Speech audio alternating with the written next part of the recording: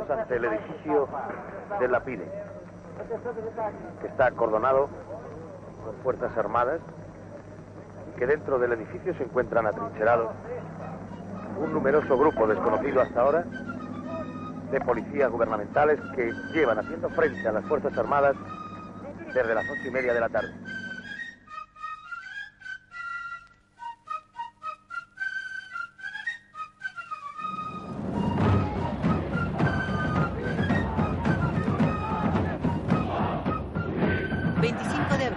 La dictadura cae en Portugal.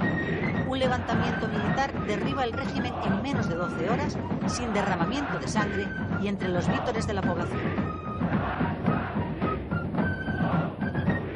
Un equipo de televisión española, dirigido por Manuel Alcalá, marcha inmediatamente a Lisboa. Es una orden directa del ministro de Información, Cabanillas, que quiere que se recoja sobre el terreno todo lo que esté sucediendo allí. De este pabellón, el doctor Marcelo Caetano fue trasladado a las 5:30 aproximadamente de esta madrugada al aeropuerto de Oporto, desde donde en un avión el doctor Marcelo Caetano y el expresidente Américo Tomás fueron deportados a la isla de Madeira. El documento de urgencia no admite dudas. Se trata de un imparable movimiento popular por la libertad. El ministro Cabanillas pretende que sus compañeros de gobierno vean aquello y saquen sus conclusiones. Lo pasamos en el cine del ministerio, en presencia del presidente y de varios ministros. Confieso que ante la evidencia de la grabación y del contenido de los hechos que veíamos, me produjo cierta sorpresa algún comentario. Un comentario muy específico de la época. Uno de nuestros compañeros dijo: esto se hubiese resuelto con una compañía de la Guardia Civil. El reportaje nunca fue emitido al público. Toda la información que Televisión puede dar sobre la Revolución Pacífica en Portugal es censurada. El gobierno se resiste a afrontar la realidad.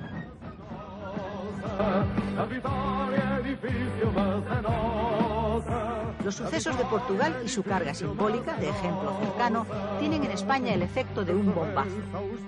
La Revolución de los Claveles contiene enseñanzas para todos. La prensa progresista, por ejemplo, despliega su alborozo en torno a un argumento. La libertad es posible y puede conquistarse sin sangre si el pueblo la apoya.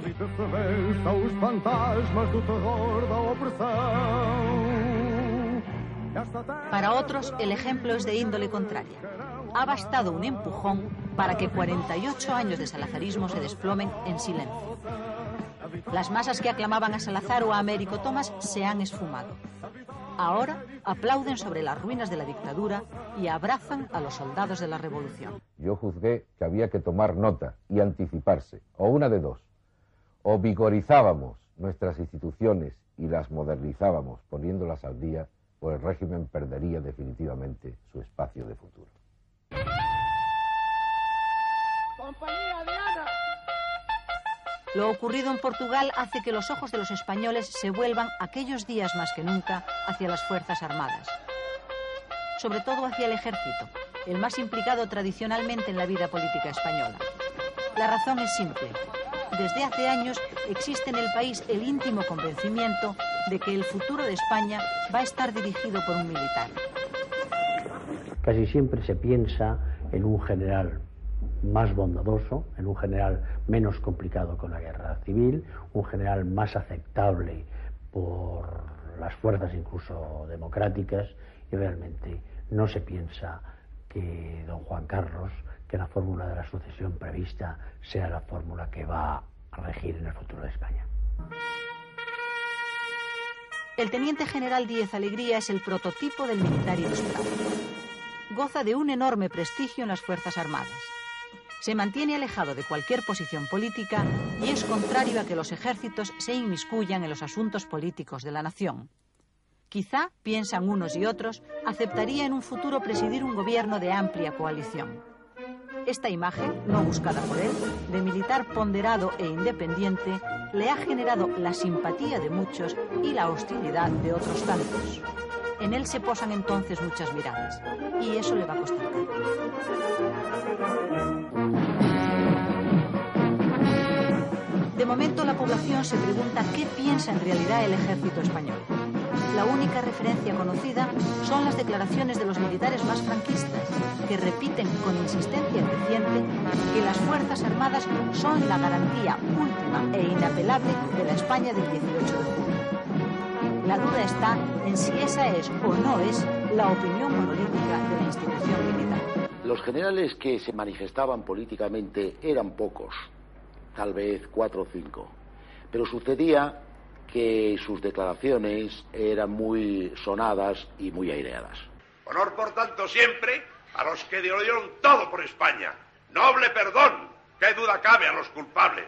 Alerta permanente ante los enemigos de la patria y transmitamos nuestra antorcha de sanos e inmutables ideales a las generaciones venideras que habrán de mejorar sin duda la grandeza de España.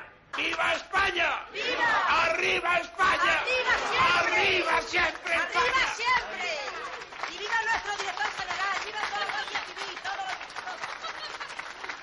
Habían pasado 35 años desde que terminara la guerra civil y todos los altos militares del ejército habían participado en ella y la mayoría incluso en sus prolegómenos.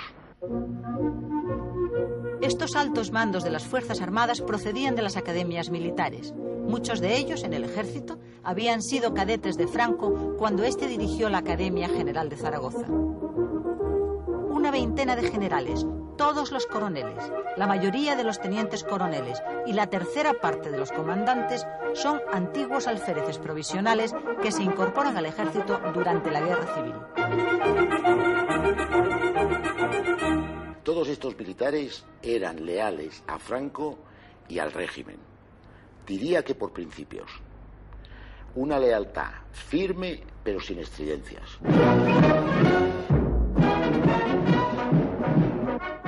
De teniente coronel para abajo hay 10.000 oficiales, hombres que proceden todos de la academia y que no han hecho la guerra. Precisamente la abundancia de altos mandos procedentes de la guerra civil es la causa que ha dificultado su ascenso y que les ha obligado a pasar más de 20 años de su vida profesional en los empleos de teniente y capitán. En materia de opinión, estos oficiales cuentan muy poco.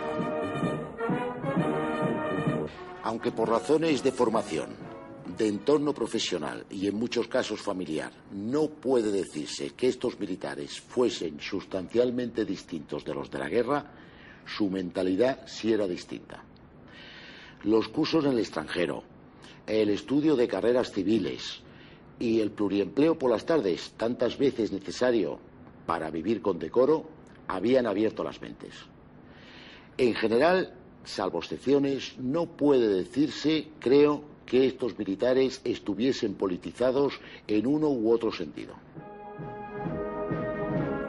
Solo un pequeñísimo núcleo de oficiales dentro del conjunto de las Fuerzas Armadas tiene entonces una activa aspiración de un futuro democrático para España. Son jóvenes, altamente cualificados y abiertamente progresistas. A ellos, lo sucedido en Portugal sí les da impulsos y esperanzas. Lo ocurrido en Portugal significó un gran entusiasmo para la mayoría de los militares que teníamos ya una ideología más o menos democrática. Y entonces, cuando ocurrió lo de Portugal, se reavivó nuestro afán de hacer algo positivo por llevar la democracia al pueblo.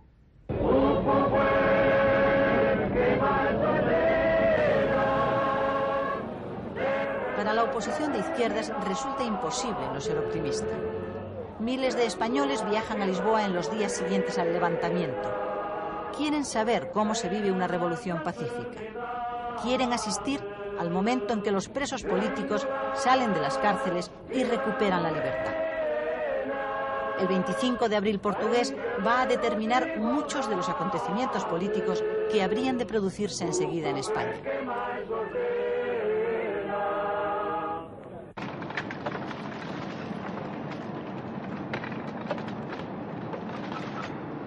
...28 de abril.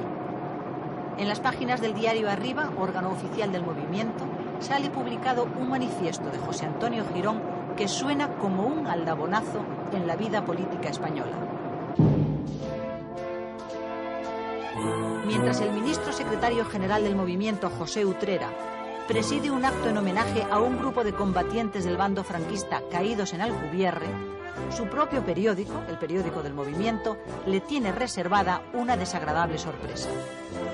La bomba política del momento, un frontal ataque de Girón a la política aperturista y a quienes la defienden dentro y fuera del gobierno.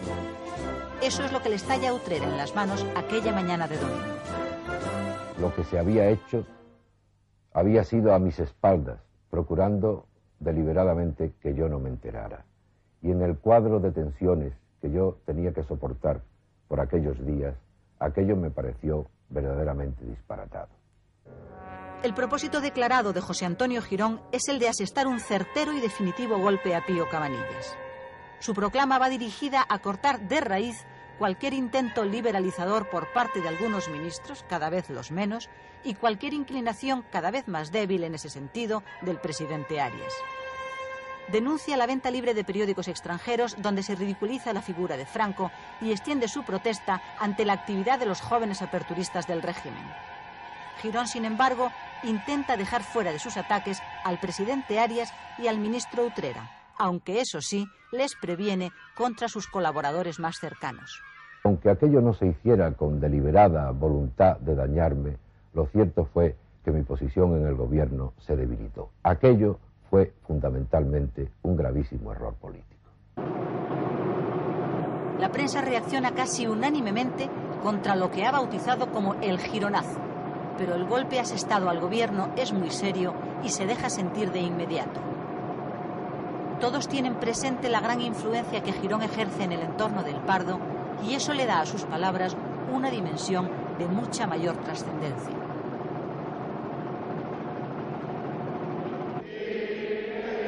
Dos ministros quedan tocados tras el gironazo. Uno, el propio ministro del movimiento, Utrera, porque ante la prensa, ante la opinión pública y en realidad también ante una parte del gobierno, es asociado desde entonces y ya para siempre a las posiciones ultras de José Antonio Girón.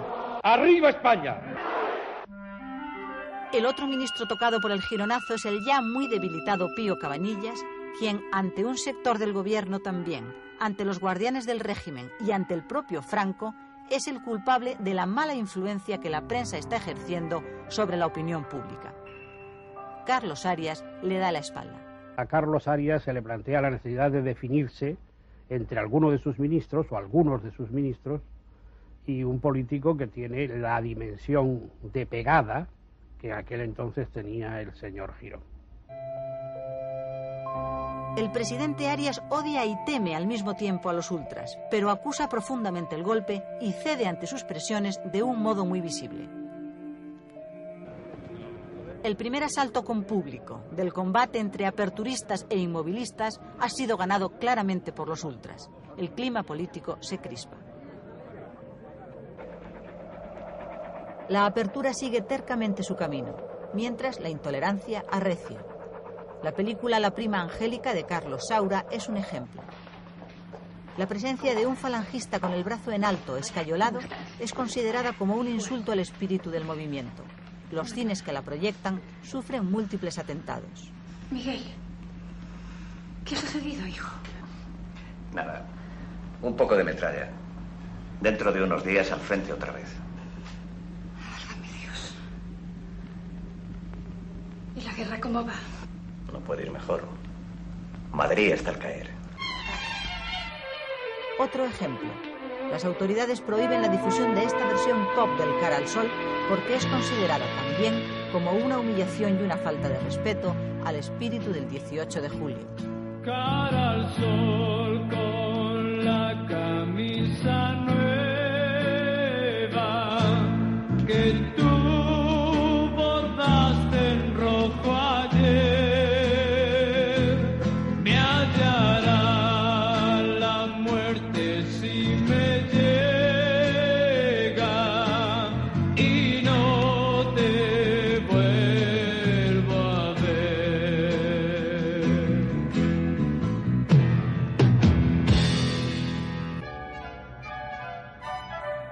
mediados de junio. El teniente general Díez Alegría es cesado como jefe del Alto Estado Mayor. El presidente Arias se había plegado de nuevo a las presiones de los inmovilistas, a los que ya se llamaba el búnker. El pretexto, un viaje de Díez Alegría a Rumanía y un encuentro con el presidente Ceausescu que los generales azules, los más politizados, consideraron escandaloso e intolerable. En realidad, a Díez Alegría se le hizo caer en una trampa. Este es el relato de lo que verdaderamente sucedió. Durante una recepción diplomática en Madrid, un funcionario rumano hace saber al general que el presidente Ceausescu está interesado en celebrar con él un encuentro para hablar, dice el funcionario, de las relaciones entre ambos países, en aquel momento solo comerciales.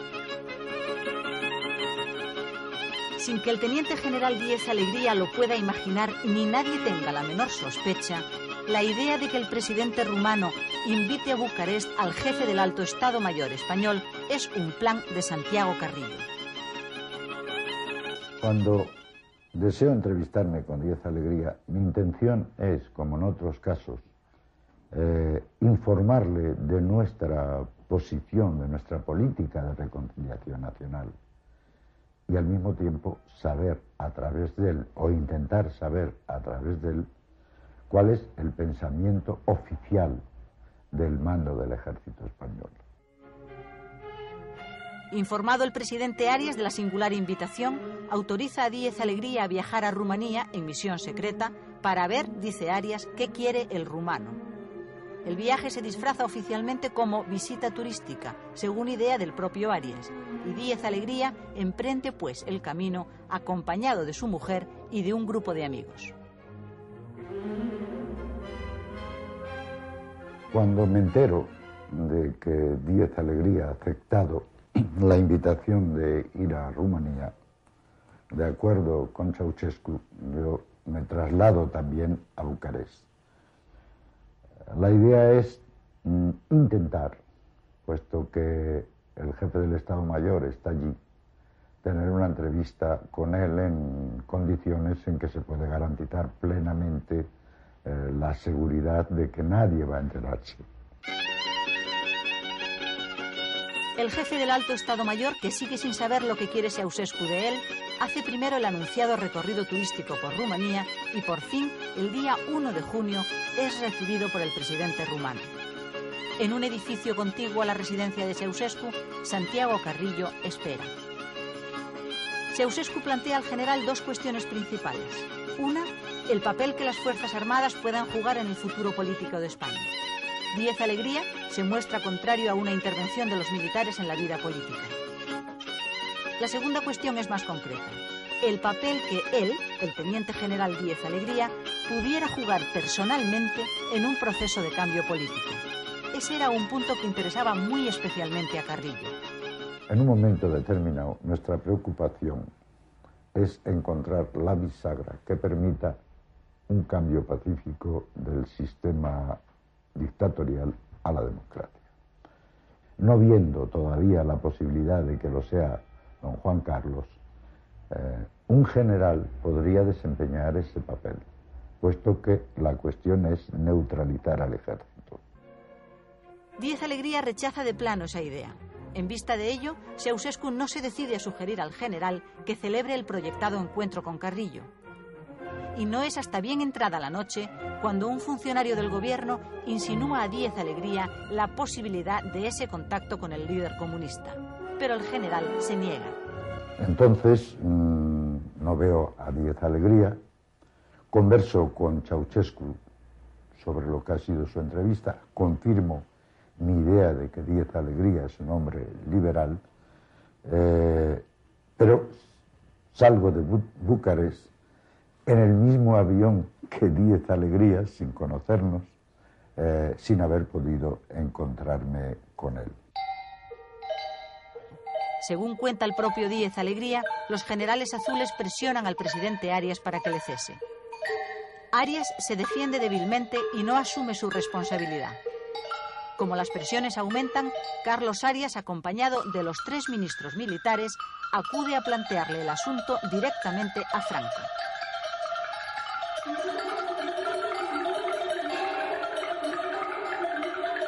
Franco pregunta a Arias si él ha autorizado aquel viaje, y Arias dice que no.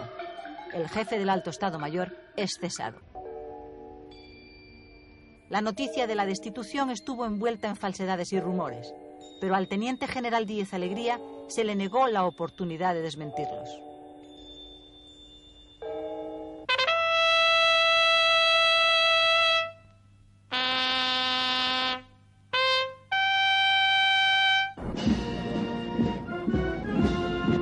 A aquellas alturas del año, mediados de junio, el franquismo intransigente había ganado del todo la primera batalla contra el aperturismo.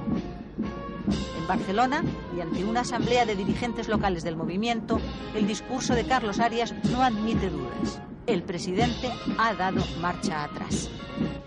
Es también un resultado más del gironazo. El espíritu del 12 de febrero, y utilizo la frase popularizada por algunos medios informativos, existe. Pero este espíritu ni puede ni quiere ser nada distinto del espíritu permanente e indeclinable del régimen de Franco desde su hora fundacional.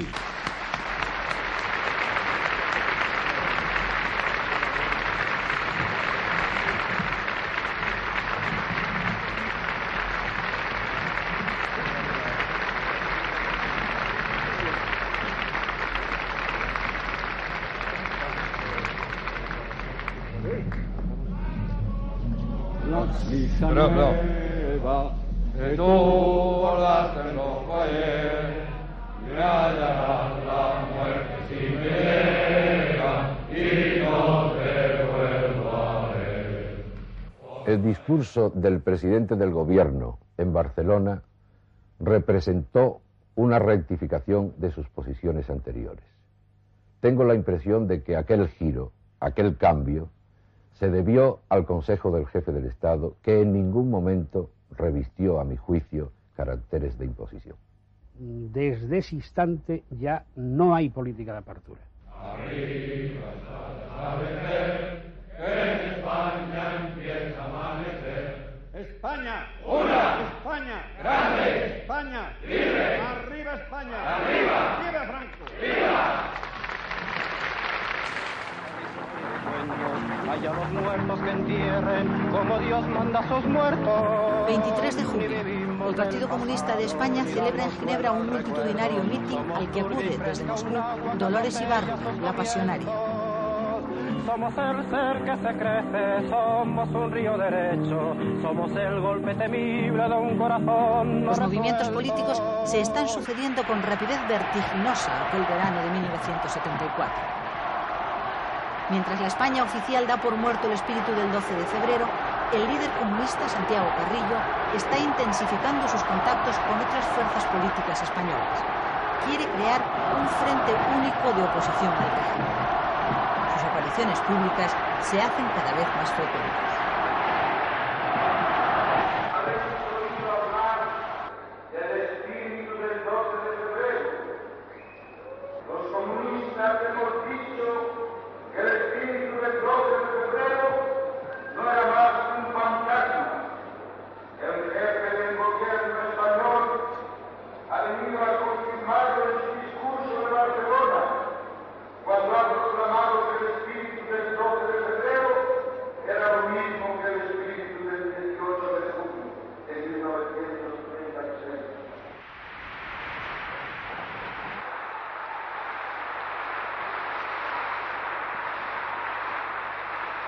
Yo os aseguro que el Partido Comunista de España luchará con toda su energía y capacidad política sin regatear sacrificios para poner fin a la situación política actual de nuestro país. Pero no solos, sino junto a todas las fuerzas políticas con sentido de responsabilidad histórica para hacer de España la patria de todos los españoles.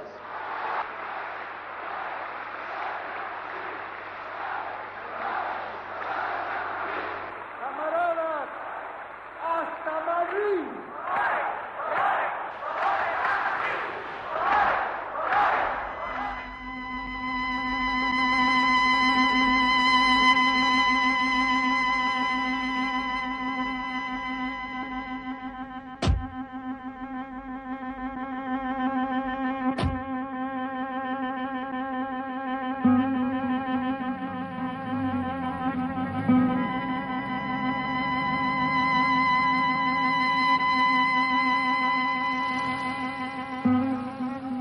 Estaba previsto, pero nadie lo esperaba. Franco se ha puesto enfermo. Tiene 81 años y es la primera vez que ingresa en un hospital. Todas las incógnitas del futuro se agolpan en ese instante.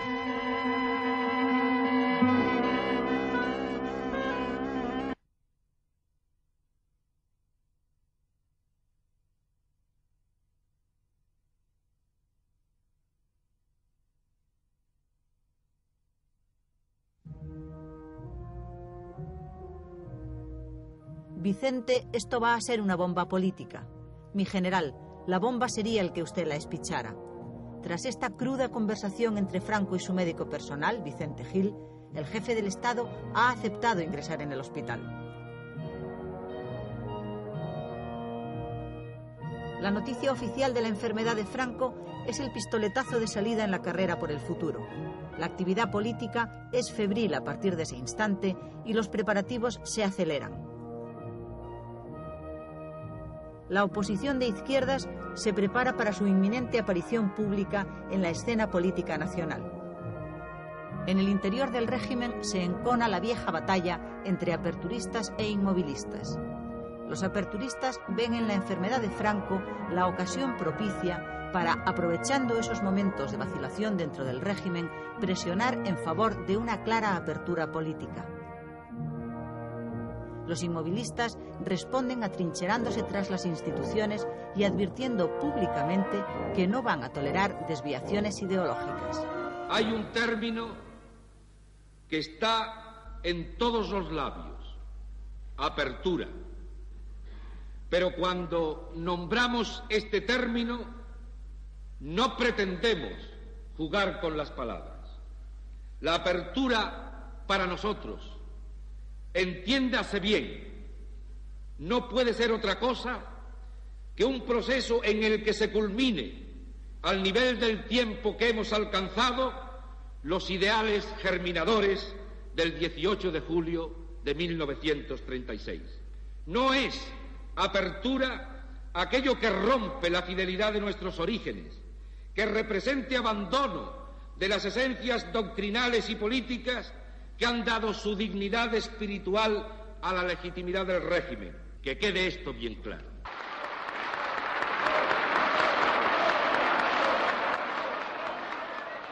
Dentro del gobierno, la enfermedad de Franco tiene el efecto de detener una operación secreta de gran calado político.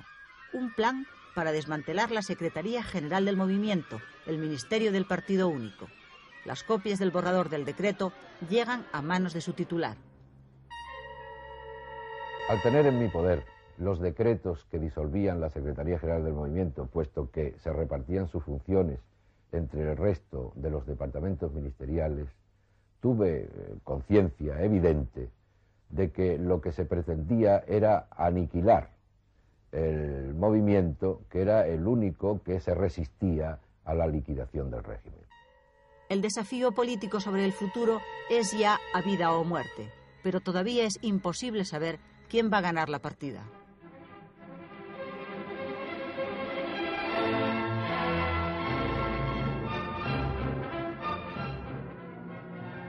Hay una meditación para cada 18 de julio como fecha motor de la última historia de España.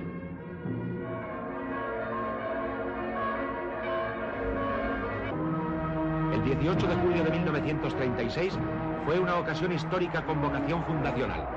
Este de 1974 es el primer 18 de julio que se celebra sin la presencia de Franco. Todo un símbolo para la clase política española. El estado de salud de Franco no le permite hacer frente a sus responsabilidades como jefe de Estado, pero los compromisos internacionales tampoco permiten prolongar por más tiempo esta situación. Nadie se atreve a plantearle al enfermo la conveniencia de que ceda sus poderes al príncipe de España. Una vez más, es su médico personal, Vicente Gil, quien aborda claramente el asunto. Franco acepta.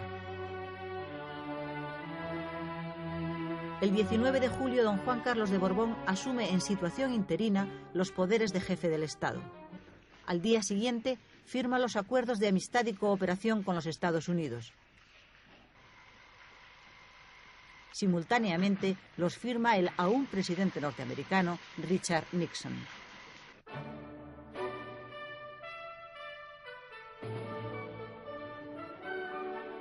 El príncipe de España, que había sido designado por el propio Franco como su sucesor en la jefatura del Estado, en contra de la opinión de influyentes familias políticas del régimen, vive por entonces políticamente aislado. Por una parte, Franco nunca quiso aconsejarle sobre el modo en que debía gobernar en el futuro. Usted tendrá que gobernar de otra manera, le solía decir. Por otra parte, el papel efectivo que la clase política franquista parece tenerle reservado es muy secundario. Los contactos que se le facilitan oficialmente son insuficientes para que el futuro rey pueda conocer verdaderamente la auténtica España sobre la que habrá de reinar. Por eso, y en medio de una obligada discreción, don Juan Carlos de Borbón, asistido por muy pocos leales, se ve en la necesidad de procurarse por su cuenta una buena información complementaria, tanto nacional como del extranjero. El príncipe de España quiere conocer, por ejemplo, cuál es la actitud de la oposición ante el futuro y cuál es su grado de aceptación de la solución monárquica que él encarna.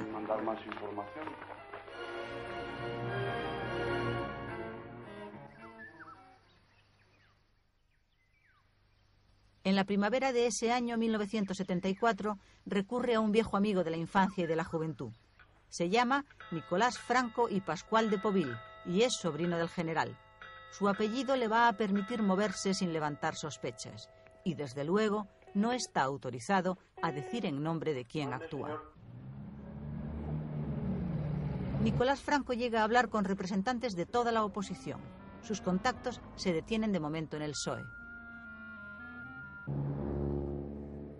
Con Felipe González, Isidoro en aquellos tiempos de clandestinidad, la cena a tres en casa de José María Armero fue sumamente interesante. Si pensamos que por aquel entonces el Partido Socialista tenía un discurso mucho más radicalizado, un hecho que me llamó la atención fue que al mencionarle mis contactos con otros grupos socialdemócratas, Felipe fue tajante y dijo que él no renunciaba a todo lo que es la socialdemocracia y a ocupar su espacio político. El resultado de las conversaciones iniciales de Nicolás Franco con la oposición se refleja en un comentario acompañado de un gráfico que le hace llegar al príncipe. Pero allí falta un elemento importante, la posición del Partido Comunista de España. En ese verano, Nicolás Franco intenta, por mediación de José María Armero, una cita con Carrillo. El líder comunista, aún desconociendo el nombre de su interlocutor y sin saber tampoco quién le envía ni para qué, acepta el encuentro. Yo acepto la entrevista más que nada por curiosidad. Quería saber qué pensaba ese hombre y al mismo tiempo también era un conducto para hacer llegar a sectores muy distantes de mí lo que pensábamos nosotros. El encuentro se celebra en el restaurante Le Vert Galant de París. El líder comunista llega el primero. Allí estaba Santiago Carrillo en el bar esperándonos y después de unos pequeños cambios de bromas, entre ellas de que él no tenía cuernos ni rabos y yo le manifesté que tampoco me comía a los niños proletarios, empezamos a hablar en serio. Yo no llego en ningún momento a saber en nombre de quién viene Nicolás Franco Pascual de Poville. Pienso que viene en nombre de algún sector del régimen descontento, crítico, que está buscando una salida. Y lo pienso porque en el transcurso de la conversación Nicolás Franco me da elementos suficientes para comprender que él está pensando también en un cambio de sistema. No puso ninguna condición para ayudar al proceso hacia la democracia y yo diría que sus condiciones fueron inclusive menores que las de los demás grupos que yo entrevisté. Él indudablemente consideraba al príncipe una continuidad de Franco, pero le daba el elemento de la duda. Él tenía el convencimiento de que las masas y las fuerzas políticas que él podía dirigir tendrían una enorme influencia en el proceso político español y por lo tanto había que contar con él muy importantemente. Claro, la democracia va a ser real si los comunistas podemos jugar en ella. Si es una democracia restringida, reducida, no sería, desde nuestro punto de vista, y pensamos que para Europa, un auténtico cambio democrático. En cuanto a la legalización del Partido Comunista, no era el momento y no se planteó. De los contactos celebrados por Nicolás Franco se desprende lo que era una realidad. Las fuerzas políticas de oposición, especialmente la izquierda, o rechazan el papel del príncipe en el futuro o ni siquiera llegan a tener en cuenta su existencia. Si Juan Carlos llega al trono traído por Franco, el Opus y el movimiento no podrá establecerse más que manteniendo una dictadura mucho más dura. Contra esa monarquía nosotros diremos democracia, libertad, república.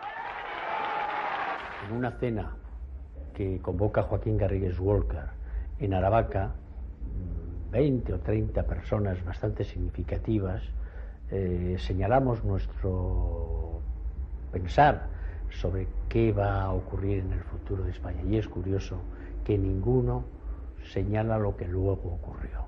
Nadie pensó que don Juan Carlos iba a traer una monarquía popular y representativa. A comienzos del 74 no se tenía conciencia de que hubiera absolutamente ninguna relación de miembros del partido con el príncipe. Y yo creo que se podría decir incluso que en los análisis políticos que el partido hacía no se contaba, para entendernos, no se contaba con la persona o con la figura del príncipe como un elemento que influyera o incidiera en el propio análisis político.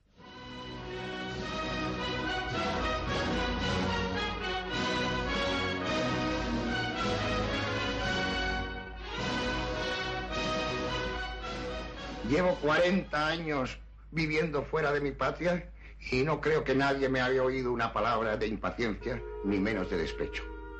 Desde su exilio voluntario en Estoril, el padre del príncipe, don Juan de Borbón, hijo de Alfonso XIII y heredero por lo tanto de los derechos dinásticos, manifiesta también serias dudas sobre la clase de monarquía que su hijo va a encarnar. Las relaciones personales entre ambos son buenas, pero sus relaciones políticas son tirantes. Existe un periodo de tiempo en el que don Juan de Borbón, heredero de la corona, pero heredero también de la idea y de la necesidad de una monarquía popular, no está convencido que ese va a ser el régimen que va a suceder al franquismo. ¿Por qué? Probablemente por las gentes que rodean, o por algunas de las gentes que rodean a su hijo, don Juan Carlos, entonces príncipe de España. Es una época de incertidumbre en la que don Juan está enormemente preocupado, se ve con muchas gentes, quiere saber qué es lo que va a hacer su hijo, quiere saber qué es lo que piensan los que rodean a su hijo. La relación con su hijo es la de siempre. Una, digamos, incompatibilidad política, porque entiende que su hijo encarna una monarquía autoritaria y él ha luchado siempre por una monarquía democrática, pero se esfuerza por mantener una relación que siempre ha sido cordialísima en el orden familiar.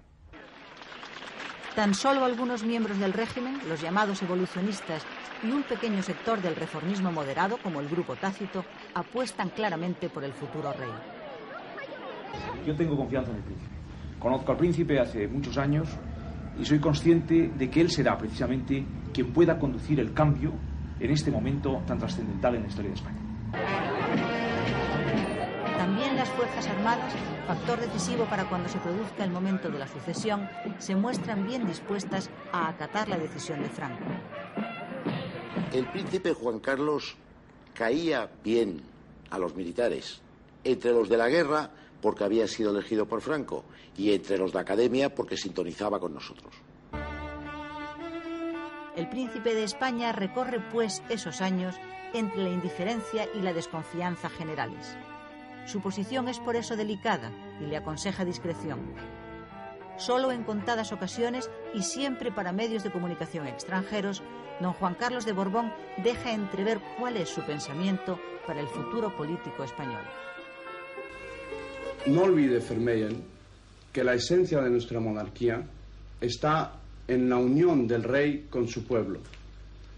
Cuando esta unión se rompe y el rey no sabe interpretar sus deseos y necesidades, se pierde la razón de ser de la institución. Por otra parte, la ley orgánica señala que la monarquía española ha de ser representativa y esta representación deberá ser real para cumplir el mandato de nuestras leyes. Se sabe que permiten una interpretación más liberal de la que encuentran ahora. ¿Vuestra Alteza Real está en favor de esta liberalización? No es posible, o por lo menos resultaría irreal, el dar una receta exacta de las normas a aplicar dentro de unos años cuando no se conocen todos los datos del problema. Lo que puedo asegurarle es que se aplicarán las normas que más convengan y que sean la expresión auténtica de los deseos de los españoles y que posiblemente no coincidirán con los de alguna minoría.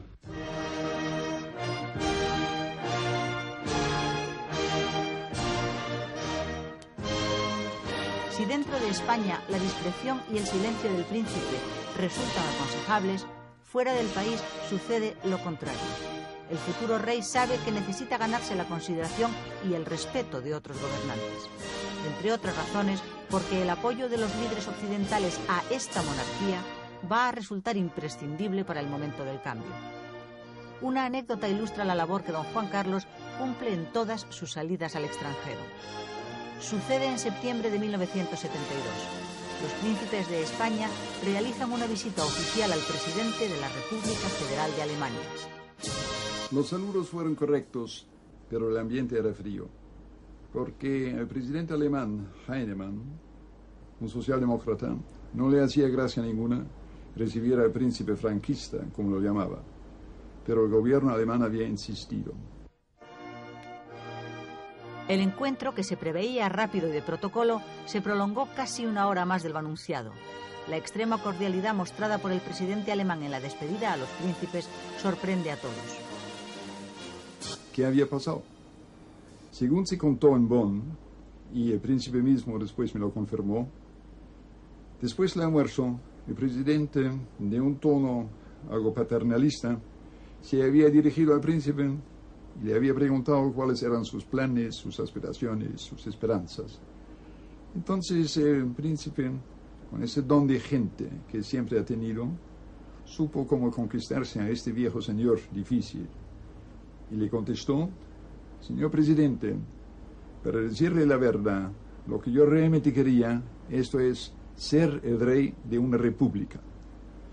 Y con esta contestación sorprendente rompió el hielo y el presidente resolvió profundizar la conversación. Miguel Vermeeren, corresponsal en Madrid de la televisión alemana, asiste poco después a un acto público con el presidente Heinemann y aprovecha para pedirle su personal opinión sobre el príncipe de España. Entonces el presidente me contestó: en una posición como presidente, dijo, uno se acostumbra a mucha gente sobresaliente, mucha gente que en posiciones importantes. Así que uno está acostumbrado a un alto nivel. Y aún así, le confieso que jamás una entrevista me ha impresionado tanto como aquella con este príncipe, el futuro rey de España. Así el viejo socialdemócrata y republicano. Mis colegas casi no podían creérselo.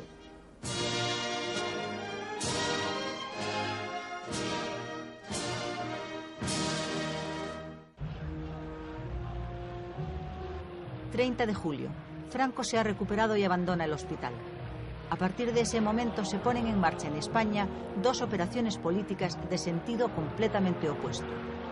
Por un lado, unos van a presionar para que el general se retire definitivamente y para que el príncipe de España asuma ya como rey y en vida de Franco la jefatura del Estado. Otros, por el contrario, van a tratar de conseguir que Franco reasuma el mando cuanto antes y se zanje así cualquier ilusión de liquidación del sistema.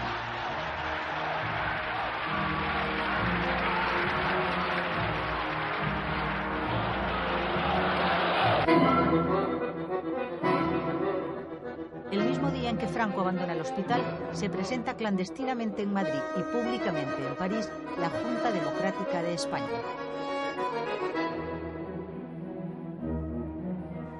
Le 8 essaie de rassembler toutes les formations politiques de l'Espagne qui veulent rétablir aussitôt que possible la liberté politique en Espagne. Et par ça, nous avons invité à toutes les formations politiques démocratiques et même des personnalités qui ont un rôle à jouer dans ces moments de transition et qui peuvent aider à cette cause pour le rétablissement de la démocratie. Nous pensons que la solution au problème d'Espagne réside dans la réalisation de la réconciliation des Espagnols, dans le dépassement de la guerre civile. Or, ce n'est pas possible que ce soit seulement les républicains qui règlent ces affaires. Il faut que l'ensemble des Espagnols qui sont pour la liberté et pour la démocratie s'unissent et luttent pour l'instaurer. Ça ne me gêne pas du tout. Les gens changent, évoluent, et je suis très content de voir que nous pouvons être ensemble aujourd'hui, ce que nous nous sommes combattus hier. El Partido Comunista es el núcleo principal de este bloque de oposición antifranquista al que se han sumado otros partidos menores de ámbito nacional y regional y también organizaciones sindicales, grupos profesionales y asociaciones de vecinos, así como personalidades como Rafael Calvo Serer, monárquico juanista, o el abogado Antonio García Trevijano. Estos dos últimos, junto con Santiago Carrillo, van a ser las cabezas visibles de la Junta Democrática de España. La aparición de la Junta es acogida con entusiasmo por muchos españoles que quieren incorporarse a un esfuerzo común en favor de la democracia. Muy pronto proliferan en España multitud de juntas democráticas de ámbito regional, local, de barrios o de grupos profesionales o ciudadanos. La Junta Democrática es una alternativa de poder, una alternativa de gobierno democrático, provisional, que garantice la implantación definitiva de la democracia en nuestra patria. Pero el proyecto de convertir a la Junta en el elemento aglutinante de toda la oposición, que era su objetivo inicial, se salda con un fracaso. Socialdemócratas, democristianos, liberales y sobre todo socialistas rechazan integrarse en el organismo. El partido no aceptó formar parte de aquella operación de la Junta Democrática por diversas razones. Pero yo creo que el elemento quizá destacable es que no creíamos en una operación que se fundamentaba en cosas que nosotros no estábamos dispuestos a aceptar. En primer lugar, el centro de toda la operación se articulaba en torno al Partido Comunista, como única fuerza política organizada. Lo demás eran más bien añadidos. Y, en segundo lugar, aunque el Partido Comunista jugaba muy bien la baza de las personalidades como el elemento fundamental de la operación de la Junta Democrática. Y, en segundo lugar, porque nos parecía, a mí en principio, y desde luego al partido, nos parecía que la estrategia se basaba en un análisis muy frágil. El pensar que don Juan de Borbón estaría enfrentado y en una alternativa totalmente distinta de la que en su momento pudiera significar su hijo, don Juan Carlos. Por tanto, se basaba casi en un pleito dinástico interno entre padre e hijo. A mí me parecía totalmente inverosímil el análisis y por eso lo rechazamos y por eso no fuimos nunca de los que estuvimos en aquellas especies de romerías que se hicieron con alguna frecuencia a Estoril. Por lo que se refiere a don Juan de Borbón, es sabido que lleva años manteniendo contacto continuo desde Estoril con representantes de la oposición y son bien conocidas sus claras posiciones en favor de la democracia. Por esa razón, los promotores del proyecto de la Junta le habían propuesto que encabezara la operación. La idea es que don Juan de Borbón haga unas declaraciones al periódico francés Le Monde a las que se iban a sumar públicamente después los partidos y personalidades que luego constituirían la Junta. Según el análisis de la propia Junta, esa toma de posición del conde de Barcelona le colocaría a la cabeza de la acción por un cambio pacífico político en España. Le hacemos la propuesta, la Junta Democrática, y le hacemos Antonio García Trevijano y yo le hacemos en nombre de la Junta Democrática de que se pronunciase claramente por la monarquía democrática en unas declaraciones. En principio, don Juan ve bien, el conde de Barcelona ve esta posición de la Junta, pero dice que quería hablar con su hijo.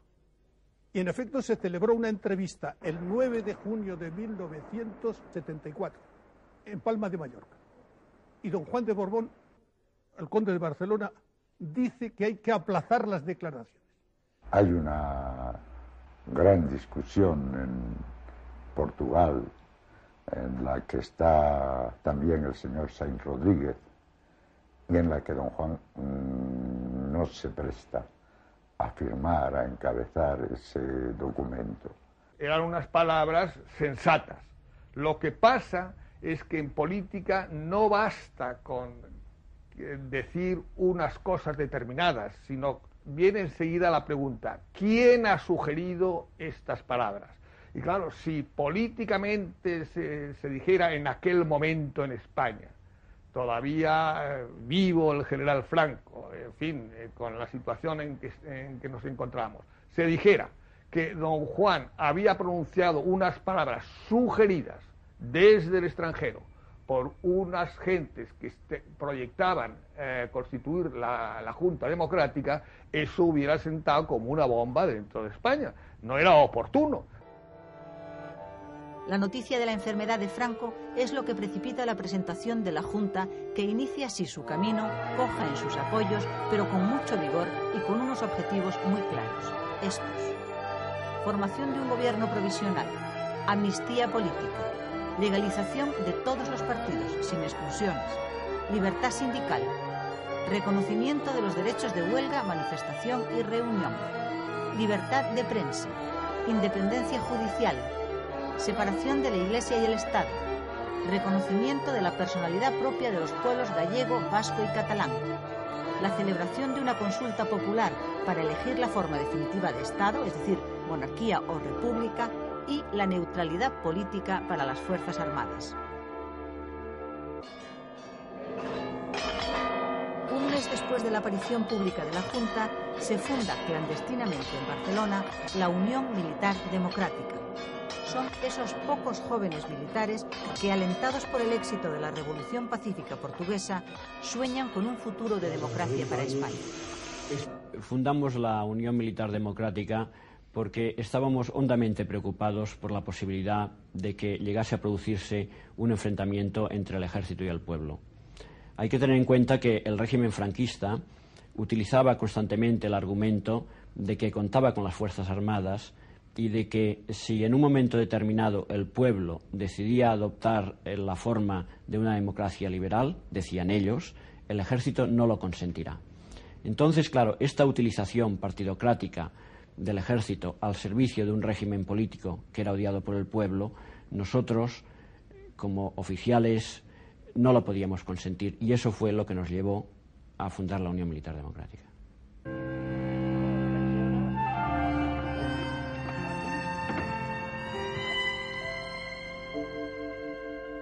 Mediados de agosto. Franco, bastante mejorado, marcha de vacaciones a Galicia. El tiempo apremia y las maniobras para conseguir que Franco renuncie al poder en vida se enfrentan enconadamente esos días con las presiones de quienes pretenden lo contrario, que Franco regrese cuanto antes y recupere las riendas del Estado. La diferencia fundamental a favor de estos últimos está sobre todo en que tienen más fácil acceso al jefe del Estado. Fui recibido por Franco en El Pazo. Se encontraba entonces en plena etapa de recuperación de su reciente enfermedad y el médico le había aconsejado que diese largos paseos. Mi despacho se produjo, por lo tanto, paseando con él. Fue, sin embargo, una de las conversaciones más dramáticas que sostuve con el jefe del Estado. En principio hice un análisis de la situación general y acto seguido le informé que tenía conocimientos de la existencia de un proyecto que suprimía virtualmente la Secretaría General del Movimiento. Recuerdo que Franco se detuvo súbitamente y me dijo: mientras yo viva, eso no se hará. En otro momento de la conversación con él, le dije que tenía datos suficientes para poderle informar de que había quienes intentaban forzar su incapacidad. Franco se detuvo. Yo le dije que me parecía que aquello era un objetivo político, y él entonces me respondió con firmeza, pero sin hostilidad: ese no es un objetivo político, esa es una pretensión miserable. Recuerdo que me preguntó, sin que yo advirtiera ningún acento hostil, quiénes eran los que pretendían forzar su incapacidad. Yo le respondí, eludiendo citar nombres concretos, que eran los mismos que pretendían desvertebrar por completo al régimen y al movimiento. 31 de agosto.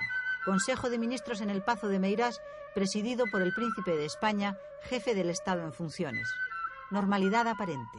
No se esperan sorpresas. Terminado el Consejo, el Príncipe don Juan Carlos vuelve a Palma de Mallorca. El presidente Arias marcha a Asturias, donde pasa sus vacaciones.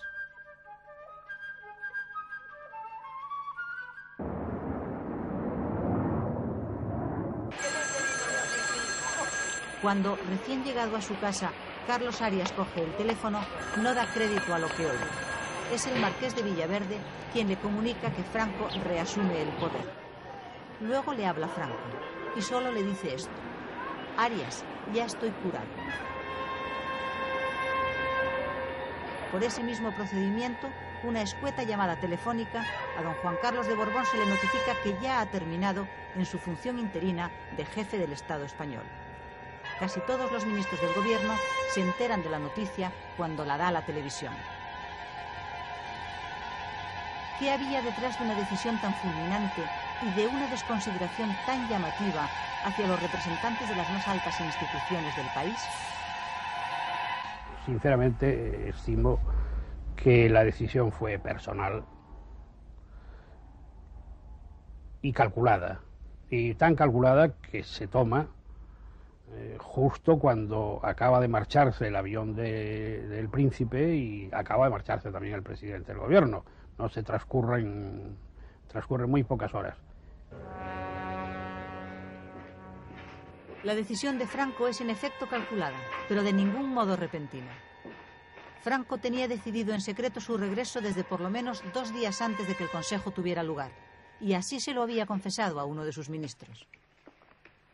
2 días antes de celebrarse el Consejo de Ministros en La Coruña, Franco me dijo que había decidido reasumir sus funciones y que, pasado un tiempo prudencial, trataría de reconsiderar su decisión. Le pido, me dijo, que sea discreto y no comente lo que le digo.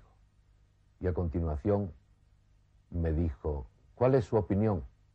Y yo rápidamente le dije que debe volver para realizar un cambio empezando por mí, pero que debe volver. Y entonces Franco me contestó, es necesario.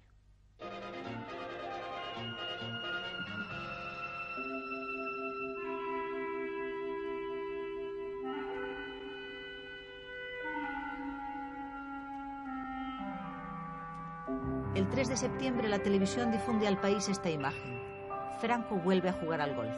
Y este mensaje: España vuelve a la normalidad. Pero no es así.